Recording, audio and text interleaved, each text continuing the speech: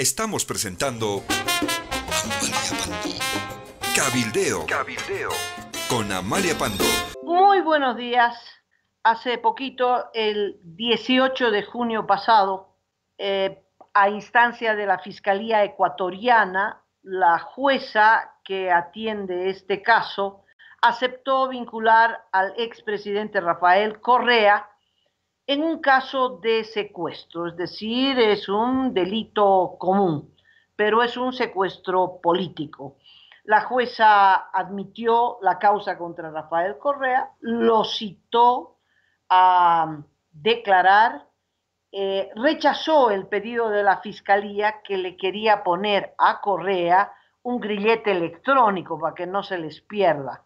Bueno, Correa, que radica en Bélgica, y que además está casado con una ciudadana belga, pero no tiene la ciudadanía belga, rechazó todas las acusaciones, señalando que esto se trata de un proceso de persecución política, pero se negó a aceptar la exigencia de la juez, que era presentarse en el juzgado cada 15 días. Como no se presentó, tal como lo había determinado la juez, entonces a la juez no le quedó otra que librar una orden de detención internacional que está corriendo. La Interpol busca a Correa, pero Correa está en Bélgica. A ese país todavía no ha llegado la orden de la Interpol para detenerlo. En caso de suceder esto, y parece que sí va a ocurrir, Correa tiene que presentarse ante los jueces belgas. Ya hemos visto el caso del independentista catalán Charles Puigdemont, que fue detenido por las autoridades belgas y luego liberado. Basándose en esto también, Correa dice que una barbaridad de este tipo no va a proceder en un país democrático como Bélgica. Es posible. Veremos qué ocurre y qué dicen las autoridades belgas. Lo concreto es que ya hay una causa por delito penal contra el expresidente Rafael Correa. No es la primera. Sobre Rafael Correa están pendientes 12 acusaciones. De momento, de las 12, la mitad fueron desvirtuadas y archivadas y todavía quedan pendientes otras 6 que tienen que ver con manejo político, etcétera, etcétera, etcétera, con corrupción. No se olviden que el vicepresidente del Ecuador está preso. El vicepresidente del Ecuador, el vicepresidente electo con el actual presidente Lenín Moreno, era el hombre de confianza de Rafael Correa. Era el hombre que recibía, esa fue la acusación, y por eso se lo sentenció como culpable, el que recibía las coimas de la Odebrecht.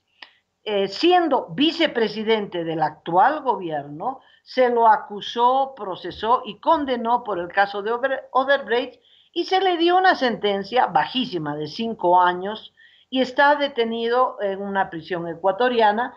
A la misma prisión, iría a parar Rafael Correa. ¿Por qué digo bajísima? Porque en el Brasil, por similares delitos, políticos y empresarios han recibido condenas de más de 10 años de prisión. Las sentencias en el Brasil fueron durísimas. Bueno, volvamos a Correa. ¿De qué se lo acusa?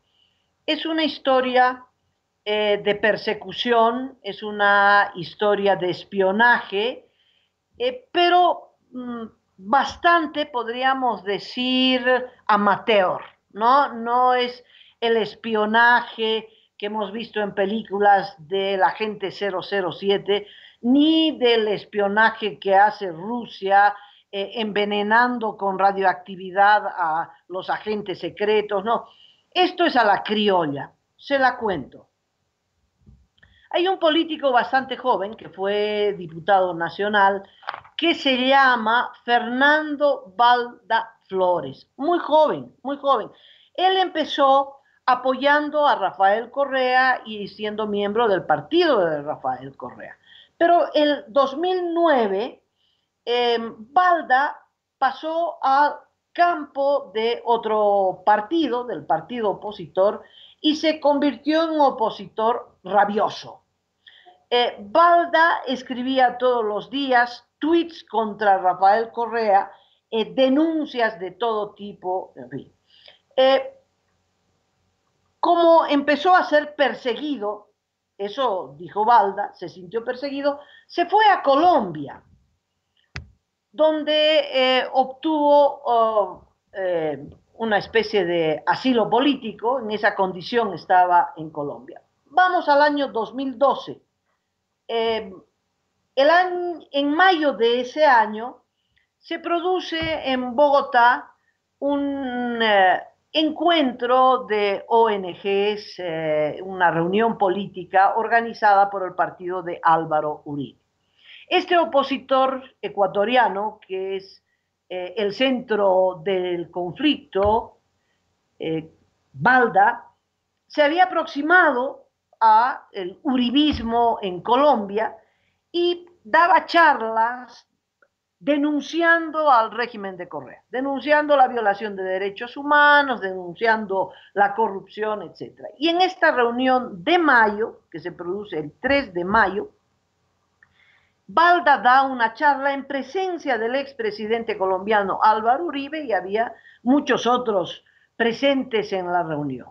Bueno, es importante porque después de los acontecimientos que les voy a narrar, se sabe que a esta reunión ya asistieron agentes de inteligencia del Ecuador y uno de los principales agentes, que también es protagonista de esta historia, Raúl Chicaiza, se presentó ante Balda como si fuera representante de una ONG y empresario ecuatoriano en el Ecuador. Pero Chaiza era agente de inteligencia, dependiente directamente del Poder Ejecutivo del Ecuador. Entonces se intentó desde ese momento una infiltración, hecha la investigación a cargo de la Fiscalía colombiana. Se sabe que Chaiza no tenía la intención de investigar, de hacer espionaje a Álvaro Uribe, sino que el único objetivo, el blanco de la investigación, de la persecución, era Fernando Balda. Ese es el primer hecho. En mayo ya están los agentes de inteligencia del Ecuador en Colombia y ya empiezan a asistir a las reuniones donde Balda se presentaba. El 5 de julio de ese mismo año se produce el primer intento de secuestro contra Fernando Balda. Fernando Balda es un hombre muy joven, casado, 4 hijos, pero muy joven, por lo menos las fotografías revelan esto. Tiene una apariencia de, más bien, de un chiquillo, ¿verdad? Y a él el 5 de julio lo intentan secuestrar. En realidad lo secuestran hombres que de civil, uno que se disfraza de policía, lo suben a un vehículo y se lo llevan a migración. En migración, Balda inmediatamente habla con la gente de Álvaro Uribe, se arma un alboroto interno y lo liberan inmediatamente. Intentaban deportarlo, pero Balda estaba en condición de refugiado político en Colombia. La idea de aquellos que lo detuvieron, todos gente colombiana, era el de deportarlo. ¿Por qué lo liberan? Aparentemente no había una orden de captura. Cuando se hace esta denuncia en el Ecuador, pues los voceros del gobierno se ríen de Balda y lo acusan de ser paranoico, que estaba con una paranoia y que el gobierno no tenía ninguna intención de deportar. Balda continúa con los tweets denunciando la persecución, denunciando que había sido a presión del gobierno ecuatoriano detenido en Colombia, etcétera, etcétera, etcétera. Hasta que llega el 13 de agosto, que es el acontecimiento por el cual ahora el expresidente ecuatoriano Rafael Correa está buscado por la Interpol y posiblemente sea detenido para un proceso de extradición en Bélgica. ¿Qué ocurrió el 13 de agosto del año 2012? 7:40 de la mañana, Balda sale de su domicilio para acompañar a otra opositora ecuatoriana que había llegado a Bogotá para participar de estas charlas organizadas por el uribismo, y la estaba despidiendo y efectivamente la despidió. Cuando él estaba caminando por el barrio Cedritos, que está ubicado en el norte de Bogotá, aparece una camioneta con 5 integrantes, lo suben a la fuerza a la camioneta y empieza la camioneta a escapar a toda velocidad. Un taxista ve lo que acontece y el taxista, un radiotaxista, llama a sus compañeros por radio y dice, se está produciendo un secuestro. El taxista no sabía de qué se trataba, por supuesto. Pero además los taxistas llaman a la policía. Y entonces empieza una persecución de película a toda velocidad entre taxistas, policías, para agarrar esa vagoneta en la que había sido secuestrado Balda. La persecución se traslada a la carretera 200, así se llama, a toda velocidad hasta que los secuestradores se dan por vencidos, se meten al descampado, abandonan la camioneta y a Balda dentro de la camioneta, y ellos escapan ahí por los potreros y desaparecen. Llega la policía, liberan a Balda, que denuncia directamente que él había sido víctima de un secuestro encargado por el presidente Rafael Correa y por los hombres de seguridad del gobierno de Correa. Ese es el hecho. La Fiscalía colombiana inicia las investigaciones y a raíz de una huella dactilar encontrada en la vagoneta, es que sirven las huellas dactilares en otros países. En nuestro país es una formalidad, ¿no? Bueno, en todo caso, la Fiscalía y la Policía colombiana hacen un trabajo buenísimo. Descubren 2 cosas a raíz de esa camioneta. Uno, la huella dactilar que dan con un colombiano que vive en el Cauca. Van al Cauca y lo esperan en su domicilio. El hombre estaba llegando de Bogotá con dinero en el bolsillo. Lo detienen y él efectivamente cuenta la historia de que un capitán del ejército colombiano, amigo suyo de la infancia, lo llamó y le dijo que había un trabajito, lo citó a Bogotá, en Bogotá se reunieron 5, todos colombianos, les pagaron un hotel, los reclutaron en un hotel, les dijeron qué era lo que había que hacer, el seguimiento. Un día antes del secuestro chuparon que da miedo, terminaron en un prostíbulo y después de semejante festín se fueron a realizar el secuestro.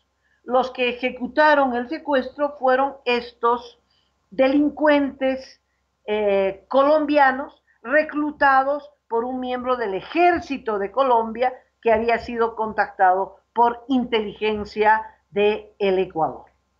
La otra cosa que descubren por la vagoneta es que esta vagoneta había sido alquilada. Entonces van a la empresa que alquiló la vagoneta y descubren quién la había alquilado. Y entonces el que alquiló era un hombre de la seguridad del Ecuador, Raúl Chicaiza, lo que demuestra que son gente de inteligencia, pero todavía bastante amateurs, ¿no?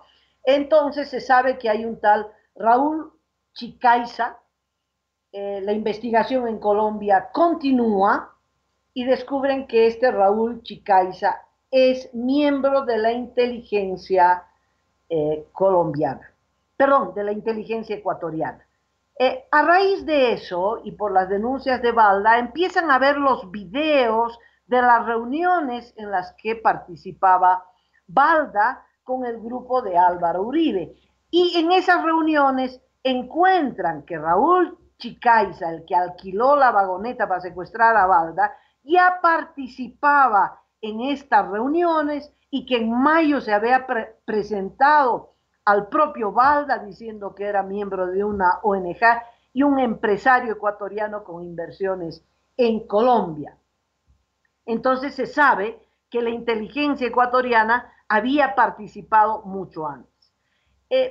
Ya este hecho, ¿verdad? Inteligencia ecuatoriana operando en Colombia tenía que haber provocado un incidente diplomático de calibre mayor, pero no ocurrió.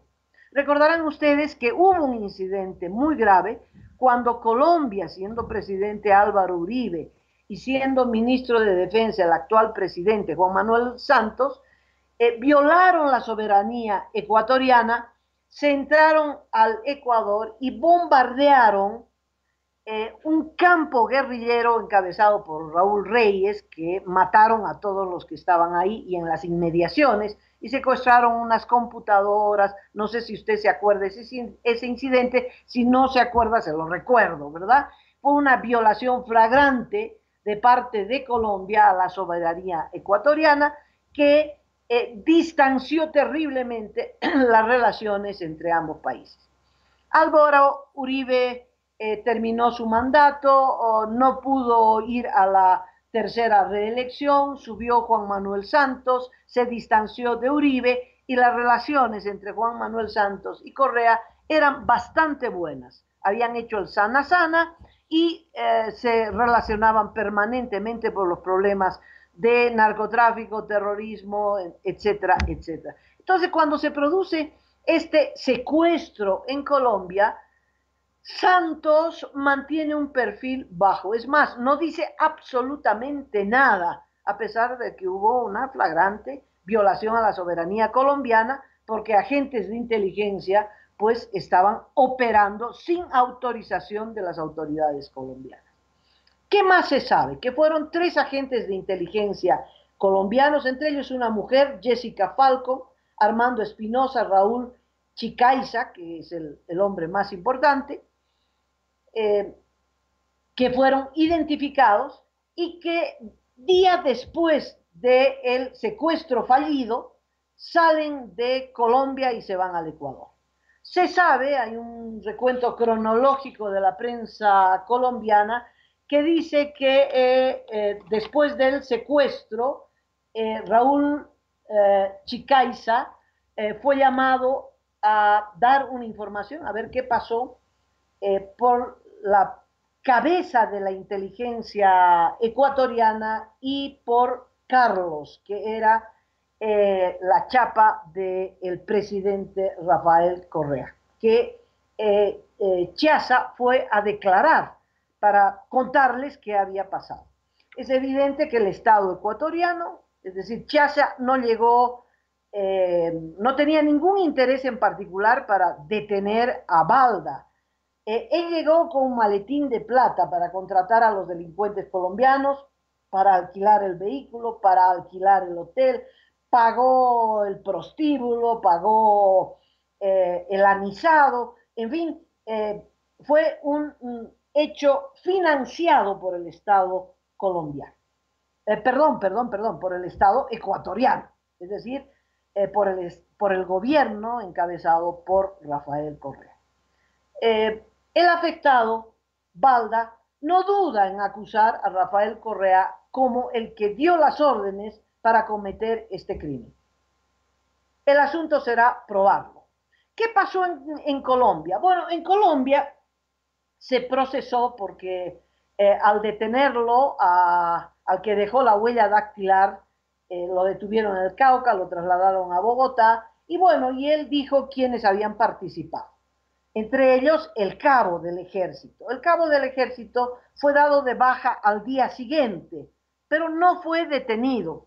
De momento no se sabe, no se conoce su paradero. Nunca fue procesado, ni encarcelado, ni nada.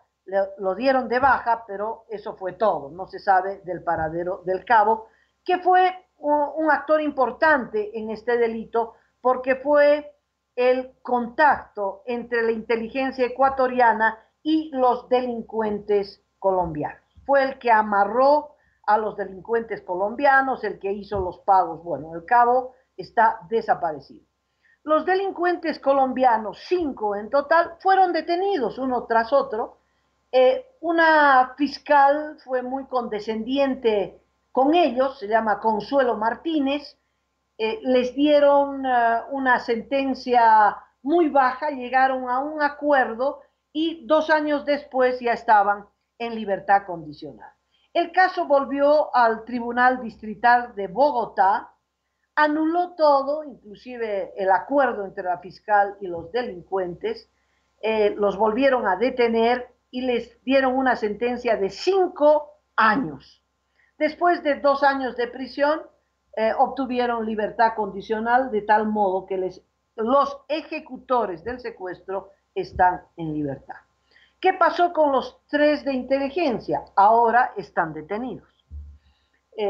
A detenidos a raíz del proceso que se ha abierto desde el 2013, cuando Fernando Balda presentó la denuncia contra Rafael Correa. La fiscal y la juez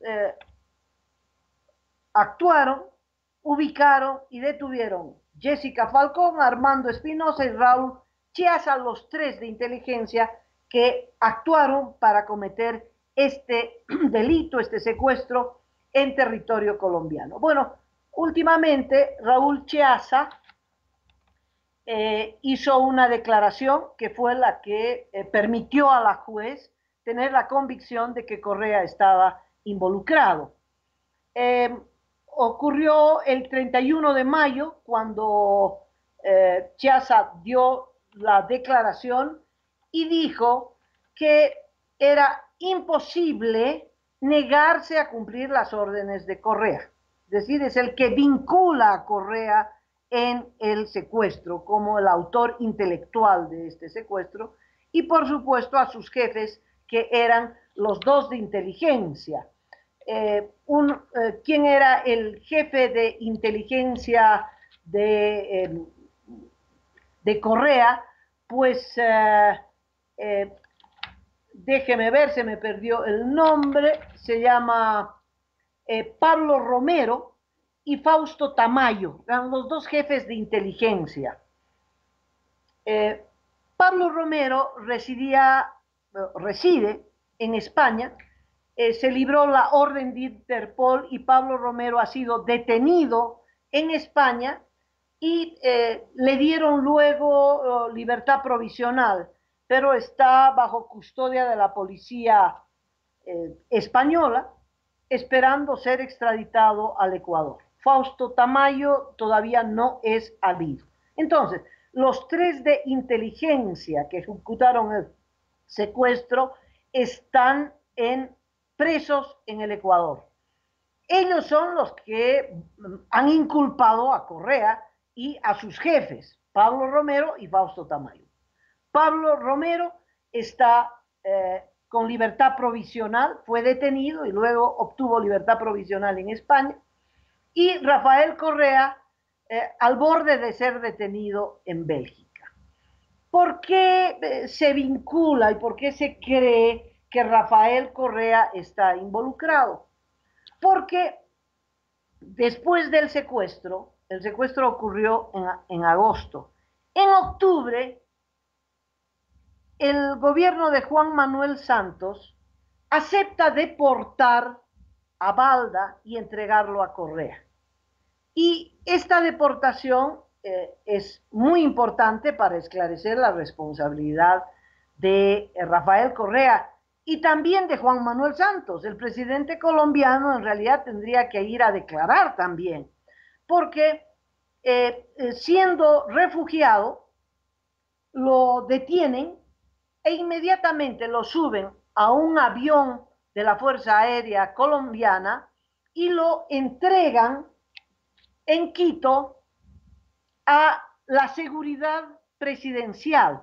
Fue recibido en Quito por Remy Vallejos, que era de la seguridad interna presidencial. Si hubiese sido una deportación migratoria porque su pasaporte estaba mal hecho, porque ya se le acabó el permiso, etcétera, etcétera, lo normal es que las autoridades de migración lo ponen en frontera, normalmente por tierra, lo ponen en frontera y chao, ¿no? Pero aquí hubo un avión de la Fuerza Aérea Colombiana que llegó al aeropuerto de Quito y fue recibido no por un fiscal, no por un policía, fue recibido por la seguridad interna del presidente Rafael Correa. El señor Remy Vallejos lo recibió. ¿Qué hizo Remy Vallejos con Balda? Lo subió a otro avión y lo llevó a una cárcel en Guayaquil. Un tiempito después, no más de semanas, lo sacaron de la cárcel de Guayaquil y lo llevaron a la cárcel, a una cárcel en Quito, a un pabellón de alta seguridad. Allí inmediatamente fue procesado por un juez del correísmo y condenado por atentado contra la seguridad del Estado. Es decir, Balda había atentado contra la seguridad del Estado ecuatoriano. No tengo los antecedentes sobre los hechos que se le inculpan. En todo caso, allí fue condenado.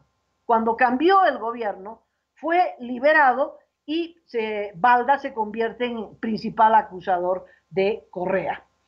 Esa es la historia de todos estos protagonistas.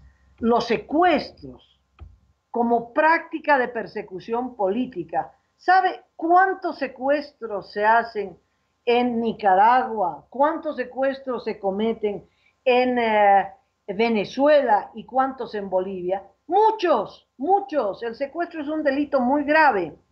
Cuando la policía detiene a una persona sin orden judicial, sin presencia fiscal, en horarios que no son los establecidos por ley, es decir, en nuestro país es de lo más corriente, 4 de la mañana unos encapuchados destruyen la puerta de un domicilio y detienen a la persona que están buscando en pijamas, ni siquiera permiten que se ponga las pantuflas y lo llevan a rastras y después, 48 horas después, legalizan la situación presentándolo ante un fiscal. Es decir, no solo perseguidos políticos, no solo personalidades políticas de la oposición, pero cualquier vendetta pasional. Uno de los casos más bullados es de una periodista que trabajaba en IPFB, Selva Camacho, que era mano derecha del presidente de Yacimientos, se peleó con el presidente de Yacimientos, el sucesor del presidente de Yacimientos, fallecido el primero, heredó la causa contra Selva Camacho y a ella la detuvieron así, 4 de la mañana a patadas, encapuchados, estaba dando de lactar a su bebé recién nacido, le arrancaron el bebé, el forcejeo descaderó a la niña. Es decir, se cometen barbaridades, se cometen atrocidades, ¿no? En el país. Y si usted oye los testimonios de aquellos que fueron acusados por terrorismo, cómo los detuvieron, en qué circunstancias los detuvieron, son cosas horrorosas. El último hecho horroroso de la mano perseguidora de nuestro gobierno, muy al estilo de Rafael Correa, fue lo ocurrido en el Vaticano, cuando la seguridad de Evo Morales secuestra a una mujer que había cometido el delito de ponerse una polera que decía Bolivia dijo no. Esta mujer de nombre Soledad Rocha es llevado a un lugar que no es la policía, es interrogada durante 2 horas para que diga quién le había pagado para que asista al acto, a la ceremonia, donde Bolivia tiene un miembro eh, para que fue nombrado cardenal y le ahogaron la fiesta a Evo Morales. Entonces Soledad Rocha fue amenazada, bueno, fue aterrorizada, detenida, secuestrada, retenida ilegalmente en un territorio extranjero, interrogada por personas que no tienen ninguna autoridad de interrogar a nadie, amedrentada, obligada a firmar un compromiso de que nunca más en su vida va a volver al Vaticano. En fin, esos son secuestros políticos por los que alguien tiene que responder. El caso de Rafael Correa, pues los indicios, y así lo entiende la juez encargada de la causa, apuntan a Rafael Correa. Un hecho como este solo es posible cuando pues el gobierno instruye, el gobierno a su más alto nivel, es decir, la presidencia, utilizando su brazo, su peor brazo, que es esta gente de seguridad, ¿verdad? Que tiene carta libre y carta blanca y cheque en blanco para cometer todo tipo de ilegalidades, comete este tipo de secuestros. Bueno, ¿qué dice Rafael Correa? Que él no tiene nada que ver, que él es inocente y que este proceso no va a pasar en Bélgica, un país tan democrático, exactamente, Bélgica, un país sumamente democrático, donde los jueces pedirán pruebas, donde los jueces verán si realmente hay un indicio de responsabilidad por parte de Rafael Correa. Si no lo hay, lo dejará en libertad y no procederá la extradición. Es tremendamente difícil probar que los presidentes ordenan cometer semejantes delitos. Mire cómo nos ha ido en la Florida, aunque un tribunal popular dictaminó la culpabilidad de Gonzalo Sánchez de Lozada y de Carlos Sánchez Berzaín en los crímenes de octubre del 2003, el juez dijo que no había ninguna prueba, que no hay ningún papel escrito, una orden o alguien que diga, sí, él me instruyó matar. Si no hay esa prueba, un documento, un memorándum en el que Sánchez de Lozada le dice al comandante del ejército, señor comandante del ejército, salga y mate. Bueno, si no hay ese documento, es obvio que no hay ese documento, porque los presidentes no son tan giles, entonces el juez del Florida dijo son inocentes. Bueno, este mismo juez encontrará inocente a Daniel Ortega también, porque no creo que Daniel Ortega esté firmando documentos diciendo, muchachos, salgan y maten a todos los que puedan, que eso es lo que está haciendo su gente. Los paramilitares están desbloqueando Nicaragua, todas sus ciudades, a punta de bala.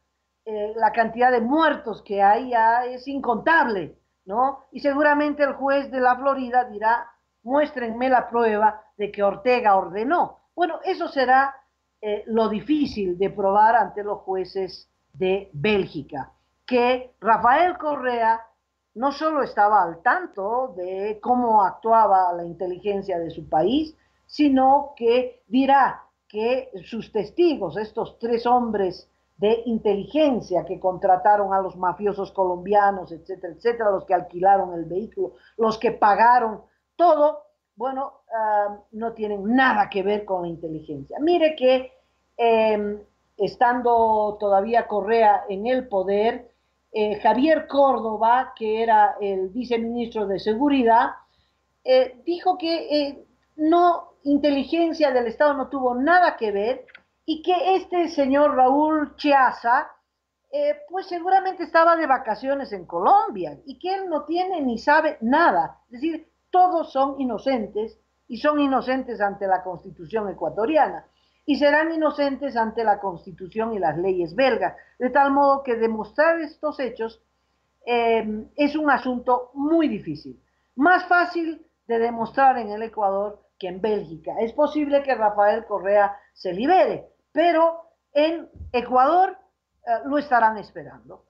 En primer lugar, porque no se presentó a declarar a la citación que la jueza le presentó. La jueza le dijo, usted se presenta en el juzgado cada 15 días. No se presentó, bueno, hay orden de detención y eso seguirá presente, seguirá pendiente hasta que Rafael Correa se presente. Eso también ha creado, y con esto termino, un conflicto diplomático porque antes de enterarse de todo lo que le estoy contando, Evo Morales ya mandó un comunicado diciendo que se solidariza con Rafael Correa porque está siendo víctima de una vil persecución.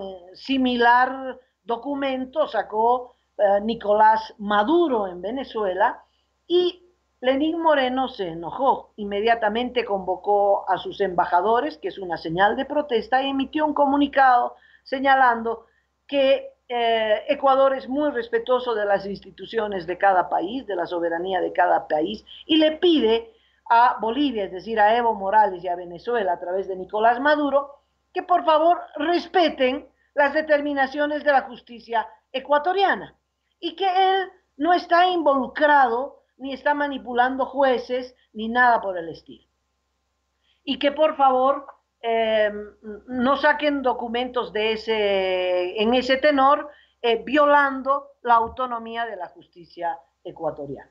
Será en nuestros países nunca la autonomía de las justicias son absolutas, ni creo en ninguna parte del mundo, pero es evidente que desde que Lenín Moreno determinó romper con Rafael Correa, los vientos de libertad y de independencia de poderes corren por el Ecuador. Me despido de ustedes con un gran abrazo y con otro reporte. Estaré el lunes próximo. Usted está escuchando Cabildero.